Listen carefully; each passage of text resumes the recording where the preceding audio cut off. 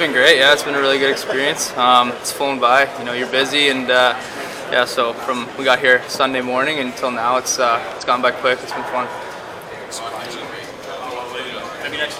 No, I think there's a lot of talk leading up to it. You know, all the guys spend a lot of time anticipating it, so it was pretty similar to what we thought, and yeah, it was good.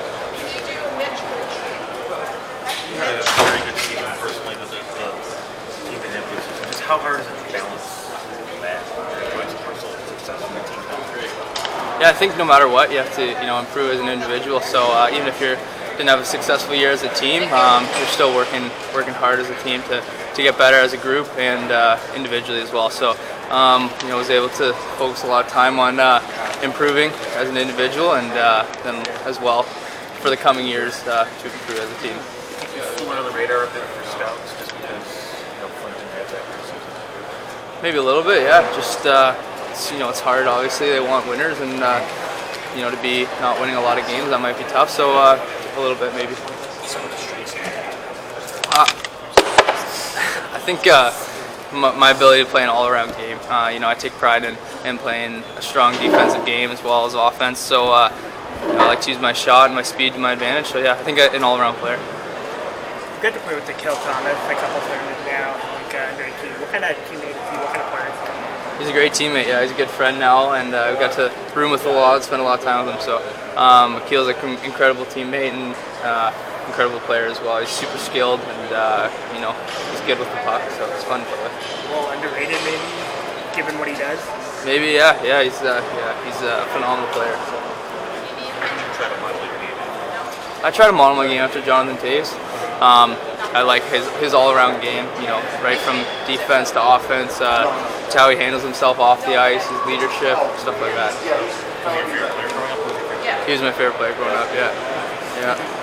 Ty, do you see yourself as the #1 center at the next level? Yeah, I do, for sure. I think it might take time to develop to get there, but I do see myself as the #1 center at the next level. How many teams did you end up going through? 29. Who were the two? Tampa Bay and LA. Tampa Bay and LA. Yeah. How are you meeting with the Saints? Great, yeah. They're a great group of staff, and it was a good meeting. Montreal said that you for center as well. Your meeting with them. It's great, yeah. I think I can fit their bill. I think I'm a center who plays a great all-around game, and if they're in need for centers, I can step in for them. At what point in your life did you know that center was for you?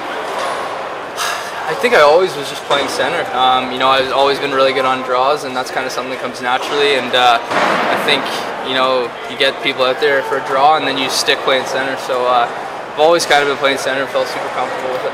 And in watching you, it seemed like you really elevated your game against the really good teams. Like I recall, you scored 5 points against the Sioux. You had a really good game against Sarnia.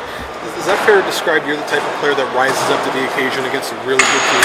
For sure. I think that's exactly what I do. I love the competition, and there's nothing better for me than going up against some top guys in the league, and you try to prove yourself to people watching or your team or their team that you can compete with those best centers in the league and best people in the league. So I really elevate it.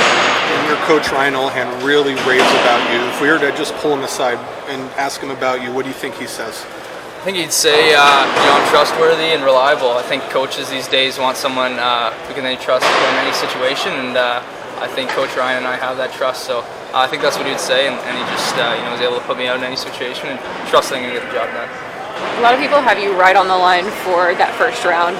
What would you say to make someone go with you for a first round pick?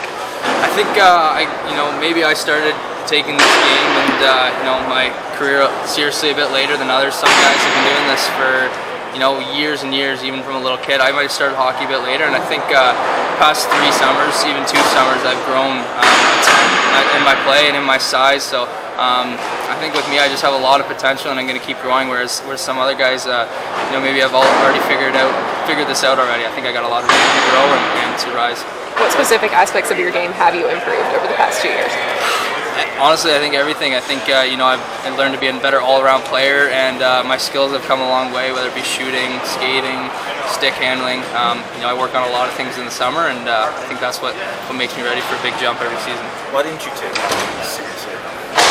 I think I was into a lot of other sports. I spent a lot of time mountain biking, lacrosse, volleyball throughout the summer too, and so lacrosse was big in the summer. So maybe that's why I wasn't doing a lot of hockey specific training in the summer. So I think that's what I meant by not taking maybe my summers as seriously later on. But do you think that was important in your development? I mean, so a lot of guys have become hockey specific, but you talk to NHL guys, they'll tell you. I think it's important that you have some other activities that you don't burn out. Was that important in your development? That you just tried other things?